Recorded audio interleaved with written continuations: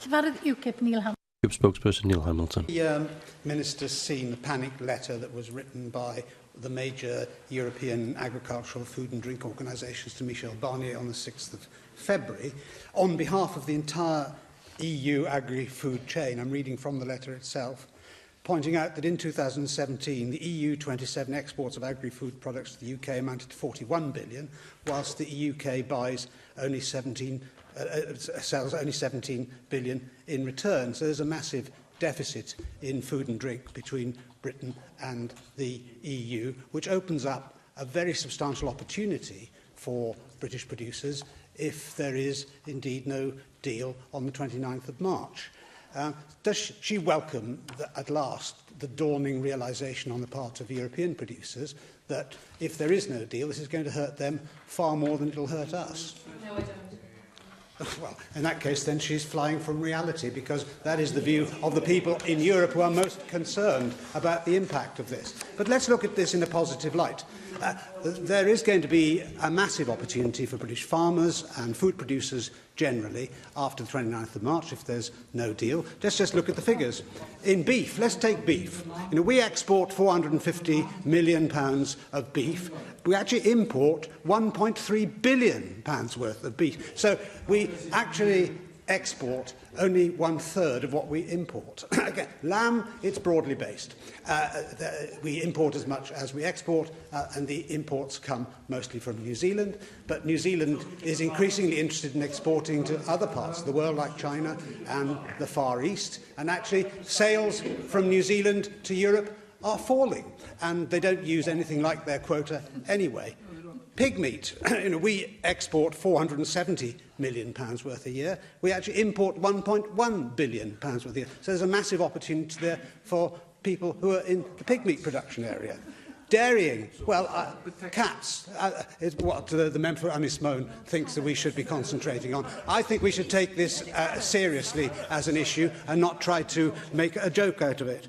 In dairying products, again, there's an opportunity. 82% of the milk which Ireland exports comes to the United Kingdom, as does 49% of their beef. I'd like to know, what is the Minister doing to promote Welsh produce within the United Kingdom to take up the opportunities which will open up after the 29th of March if there's no deal?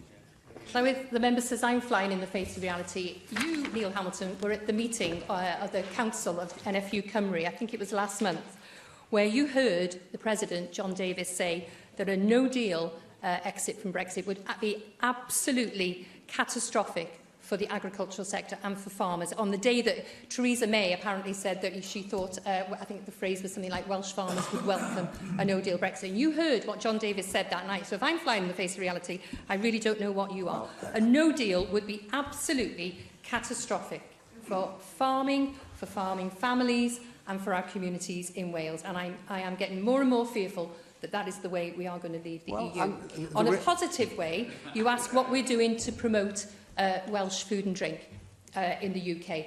You may be aware that we have an event on a biannual basis, and we're due to have it next month at the Celtic Manor, Blas Cymru. And there we will have over 100 producers, and we will welcome about 150 buyers, many of them international, but many from across the UK.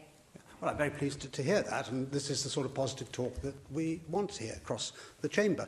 But the reality is that whether there is a deal or no deal is not actually in our hands, but we have to prepare for the consequences if there is one. And what I say is that there are massive opportunities, as well as obviously the difficulties which that would pose for producers.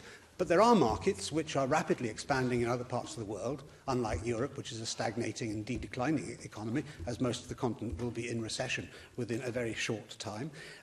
In the Middle East, we've been very successful recently in expanding our markets. In 2013-14, we were selling only about £3 million a year's worth of food to the Middle East. The latest figures I got is for 2017. It was 10 times that, £33 million a year. So clearly there are opportunities there which can be taken advantage of.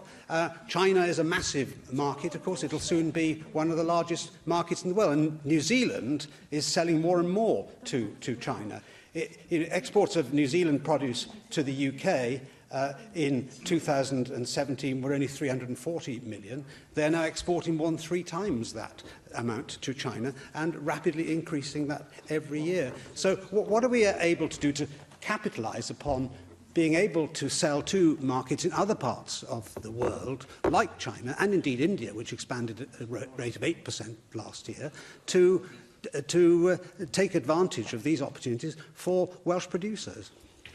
So the member may be aware that Welsh Government supported an enhanced export programme with Hubby Key Cymru. So, for instance, Japan have obviously recently opened their market to Welsh lamb, so I know HCC are working there. We support trade missions to places like Japan and India. So I'm ensuring that that work is progressing. I think that work was being done before we had the referendum to leave the EU. I think we were always looking for new markets. I was out in Gulf Food in Dubai a couple of years ago, where again, most supermarkets you went to had Welsh lamb on the shelves. So I think this work has been ongoing for many years.